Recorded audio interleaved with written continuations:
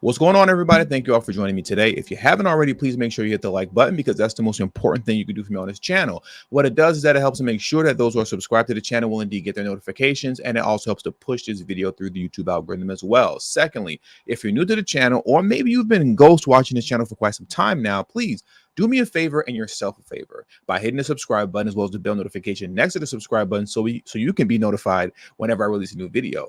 And lastly, please make sure you share this video out on your social media platforms as well to your family and friends to inform them on this news and information. And yes, that does help to give me a slight boost in the YouTube algorithm as well. And with the introduction out of the way, let's get into today's news.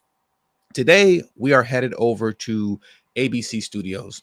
We're going to head over to ABC Studios because recently George Stephanopoulos got destroyed by Byron Donalds. He got destroyed by Byron Donalds as George Stephanopoulos kept putting pressure on Byron Donalds to have a conversation, and the conversation that many have been having online, but he kept pressuring him to answer for Donald Trump and answer questions surrounding Kamala Harris's race and ethnicity. And Byron Donalds handled it the way you're supposed to handle it. He kept refocusing the conversation back on the actual issues. But George Stephanopoulos just continued to disingenuously, no matter how hard Byron Donalds tried to redirect the conversation and speak on the things that really matter, he kept coming back to Kamala Harris's race and then lying by stating that Byron Donalds kept stating and saying racial slurs towards Kamala Harris, which he didn't say and which no one is saying. So let's get into this right now. I'm going to pull this video up for you. Please hit the like button as we go through this clip here. Why is former President Trump questioning the vice president's racial identity? Well, first, George, in Chicago, he was responding to a question from, I believe, Rachel Scott. Like, this is really a phony controversy. I don't really care. Most people don't. But if we're going to be accurate, when Kamala Harris went into the United States Senate, it was AP that said she was the first Indian American United States senator. It was actually played up a lot when she came into the Senate. Now she's running nationally. Obviously, the campaign has shifted. They're talking much more about her father's heritage and her black identity. It doesn't really matter. The president mentioned it. What he also talks about far more frequently is the fact that Kamala Harris is the person who created this massive inflation, which is destroying black families, white families, Hispanic families. It's her failure as border czar that has left our southern border wide open, more than 10 million illegal immigrants coming into our country, record fentanyl coming into our country, which has killed more Americans than at any other point in the history of our country with respect specifically to fentanyl. And the fact that she and Joe Biden have unleashed one of the worst foreign policies in the history of our country that has us on the verge of World War III. That is Kamala Harris's record. President Trump talks about that frequently, but yes, he did mention it in Chicago in response to a question from Rachel Scott. And once again, it was in response to a question from Rachel Scott. Everything that Byron Donalds said was absolute facts. Let me just take a moment to pull up the facts that he's actually speaking up so you can see it on screen for yourself. So what I'm going to do for you right now is that I'm going to actually pull up the Associated Press article that he's referring to, and you should see it on your screen right now. So here it goes right here. California's Kamala Harris becomes first Indian American U.S. Senator, Associated Press, November 8, 2016 at 9:20 p.m. Now, as you can see here when you're looking at it, I'm sure for some of you, you would look at it and you'd say, well, why does it say like Associated Press, underneath the actual title, right? Most publications don't put the name of their organization directly underneath the title. Well, that's because you can only find this article on Business Insider, as you can see here. Let me zoom out a little bit. If you come here, you see Business Insider, just like Yahoo News.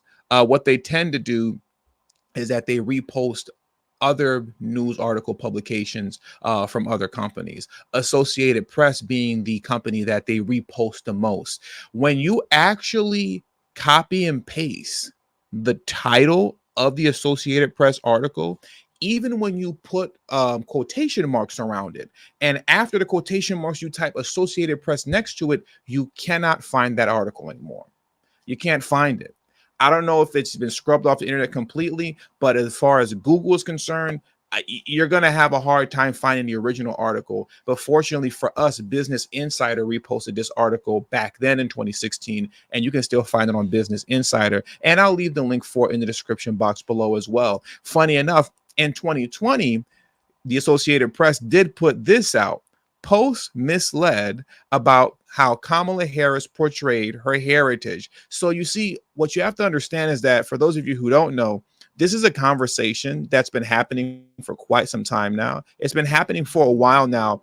And back in 2020, the Associated Press tried to clean up for that article that they put out, particularly concerning that heading. Now, all of a sudden, Post misled about how Kamala Harris portrayed her heritage. All of a sudden, it misled people, and now they want to backtrack, but it's too late to backtrack now. You already put it out because that's what she was portraying herself as, and that's what she was going as and campaigning as. You even see it right here in the Sacramento Bee. I'll leave the links to all of this in the description box below. Don't worry, you can see it all for yourself.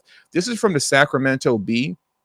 This is from January 3rd of 2017. Kamala Harris sworn in as first Indian American senator. And funny enough, surprise, surprise, she was sworn in by Joe Biden in 2017.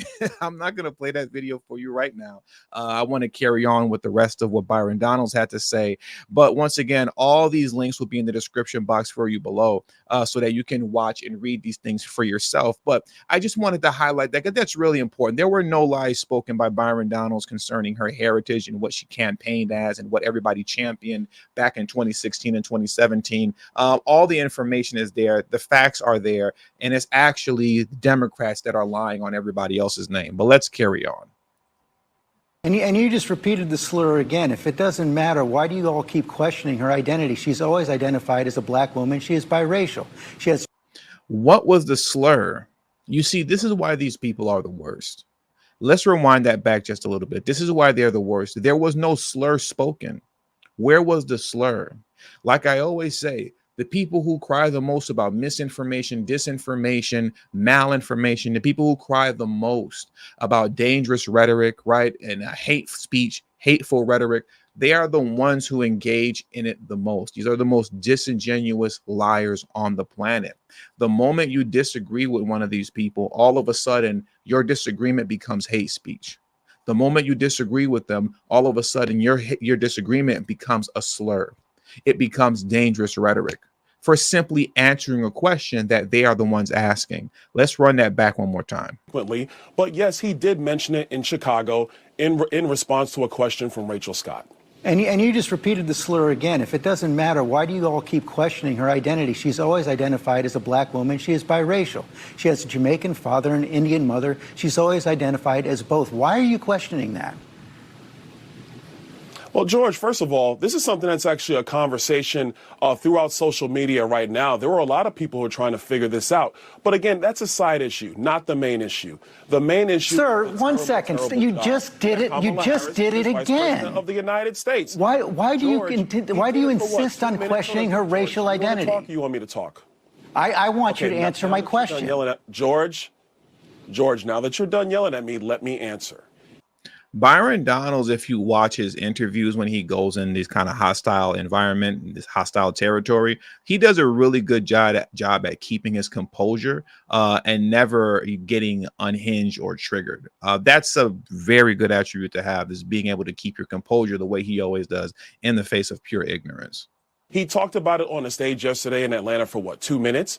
He spent more than 35, 40 minutes going after her record, talking about how radical of a senator that she was. She was the most liberal senator in the United States, in the United States Senate. That is a fact. He talked about the job that she did as vice president of the United States, a job, I will add, which has been a failure for the American people. I know you guys like to glom on to this that he talks about in jest or in a serious manner for about a minute or so, but what you do not cover is the litany of failures of Kamala Harris. That's what you're not covering, George. So questioning somebody's racial identity for a couple minutes is okay?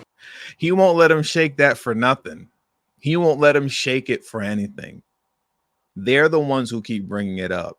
No matter how much you try to focus on the actual issues, George Stephanopoulos and many others like him will just bring it right back around to the foolishness. George, I'm going to tell you again, he brought it up. AP is the one that wrote the headline when she first came in to the United States Senate. Didn't talk about her being black, talked about her being the first Indian American senator. AP brought that up. I mean, George, we could have this conversation for the entire segment, but none of this matters to the American people. What matters to the American people is, are we going to have the same policies of the Biden-Harris administration that has been destructive of the American people, or are we going to have the policies of the Trump administration, which put America first, had low inflation, prosperous Americans, no matter your race, no matter your color, no matter your creed, and a foreign policy that kept America safe? Those are the facts that truly matter, because this issue is going to come and go. The lives of the American people is what's going to remain, and that's what matters more than anything else. If it doesn't matter, I don't understand why you keep on repeating it, why the president keeps on repeating it, why those introducing the president yesterday George, keep on actually, repeating I'm it. not the one who keeps repeating it. George, you're the one that's bringing it up now. Boom. George, you're the one who's bringing it up now. I mean, it's true. Once again, they're the ones who keep bringing it up. They're the ones who keep bringing it. This is, I believe the original video in and of itself is about 8 to 9 minutes long, maybe 10 minutes long. This was 10 minutes of this, close to 10 minutes of this back and forth. You're saying a slur. You're saying a slur. He's not saying a slur. And even though I'm not saying a slur, let's just get back to the issues. But you keep saying a slur. Well, you're the one that's bringing it up.